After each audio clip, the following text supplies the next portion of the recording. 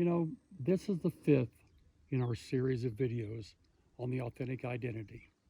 What's real important to us is that each of us understands our authenticity and the greatness within each of us.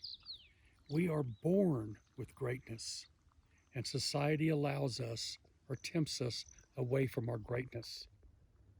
Did you know that there are no rights? You have no rights in the state of nature, only freedoms. That's right, there are no rights, only freedoms.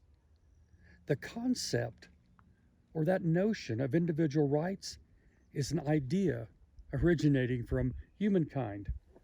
Social contracts, obligations, they are constructs designed by humankind for the political state.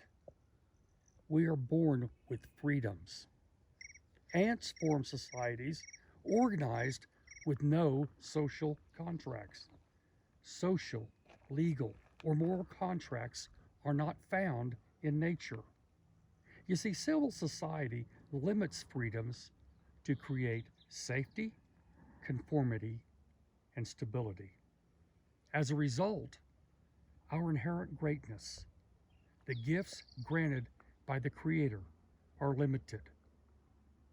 History is replete with evidence of society's pressure to conform. You see, religions and social institutions, cultural alliances, political alliances, all generate pressures of conformity. Conformity deals less with the truth and more with the will of the powerful people. Think about that. Conformity deals less with our truth.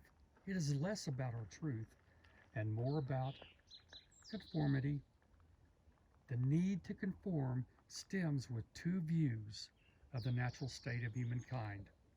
Either humankind was created as nasty and mean, that's where the natural state, and Thomas Hobbes' theory that the war of all against all, or the natural state was gentle and good, as proposed by Rousseau.